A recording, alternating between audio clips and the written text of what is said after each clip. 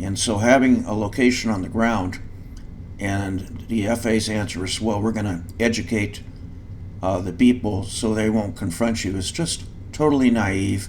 And they've never had somebody confront them. I've had it happen several times, in one case on my own property. And so let's see what Kevin Moore says from the FAA. But this is hopelessly naive, and obviously he's never been confronted by an armed individual like I have. I'm going to read this from the public comments on the remote ID implementation. Comments. A significant number of commentators representing manned and unmanned aviation, manufacturers, users of unmanned aircraft, some state and local law enforcement agencies, and numerous individuals opposed the proposed requirement to provide the location of the control station to the public and cited a number of reasons, including ensuring the safety of the persons manipulating the flight controls of the UAS. Other commentators who opposed providing the ground control location provided examples of confrontations, threats, including those with firearms, and assaults that they or others have received during operations, or referenced media reports of incidents involving confrontations, assaults of UAS operators, and people shooting at unmanned aircraft if their location becomes public. Despite this, the FAA went about implementing this and putting the operators at risk. And I believe from what my research showed that they had hundreds, if not thousands, of negative comments, but they decided to implement this unsafe practice. And you're going to hear from the FAA, and they said the answer is proper education.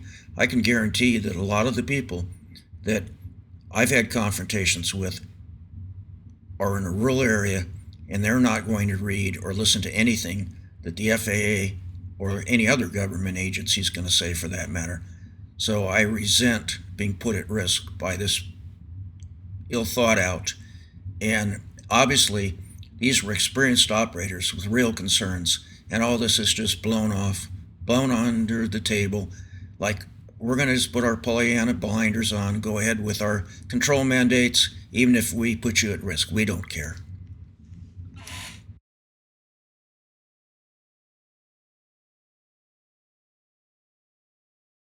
Where I was concerned about having that transmission publicly received by just anybody in the public, whether it's a phone or if you have to buy some little, scanner or something, whatever that is, and somebody being able to track where you are standing or the location of the remote from where you took off. And I know there was some concerns with some law enforcement saying that they were concerned that it could, reduce safety if somebody's somewhere and somebody wants to find out where an operator of a drone is standing, that they could scan this and say, oh, there's the drone. I see one in the sky by the beach, and look at that guy's around the corner. And they could then, make them less safe by knowing somebody wants to go steal a drone. So why was the decision made, or what was the reasoning behind kind of two things? Being able to have the remote identified where it is location-wise, and potentially having that information available to the public instead of just like law enforcement, for instance, or FAA or something like that. Right, and that's a concern that I've also heard a number of times as well through various channels. I have a lot of friends that fly drones for a living, and they've voiced these concerns. So I'll say first and foremost, we hear you. We hear that feedback. We hear that concern. One of the things I want to point out right away is that the information about you personally, name, and I know we talked about this at the beginning, but your name, your address, the drone's registration number, that's not available to the public. And there is no way for anyone in the public to find out that information.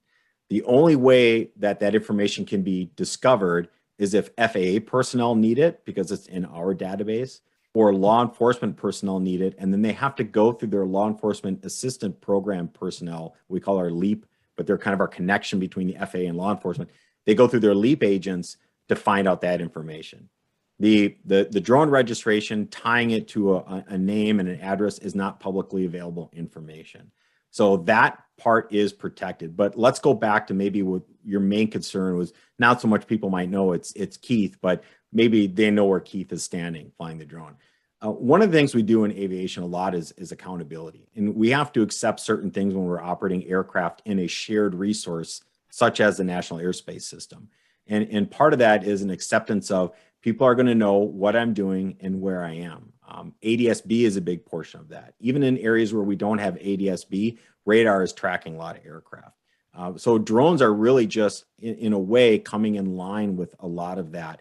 However, hearing you loud and clear and others that, well, it's difficult to get to a pilot flying in an airplane if you have a problem. It's really easy to get to a drone person. And I completely understand that. And so what I'm trying to do is, first and foremost, I should say what we as the FAA are trying to do is educate. And not so much educate you as the operator, but educate the public as a community on what drones are doing, the good work that drones are doing. Because while, yes, there might be some drone pilots out there not doing things the way they ought to be doing, the overwhelming majority of drone pilots are doing it right. They're flying safely. They're doing everything they're supposed to be doing. And drones have become such a critical and important tool as part of our nation's infrastructure in terms of how we monitor bridges, how we do search and rescue, coming up, how we do package delivery. And somewhere down the road, it's going to be how we do advanced air mobility, where you tap in a thing and a company shows up and you hop in a drone and away it goes. Right? So what our goal is to educate the public and gain the acceptance first, because most of the time when we see these incidents where drone operators are being accosted or in some terrible cases, maybe being assaulted, it's a result of not knowing what the drone is doing, because people will immediately go to, it's spying on me and my privacy is being violated.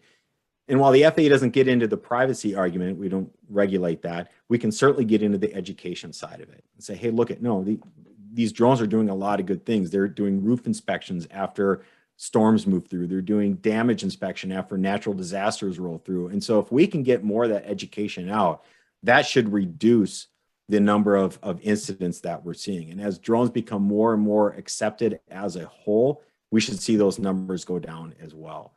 But in terms of eliminating the broadcast element, where it's to say, well, we're not going to tell you where the control station is, or we're not going to tell you where it's taken off from, that element did stay in the rule, even though people did have comments on that. And the reasons are in that big, long 500-page document that you cite. But it really does boil down to security. And we have to have a way to be able to identify where this drone is from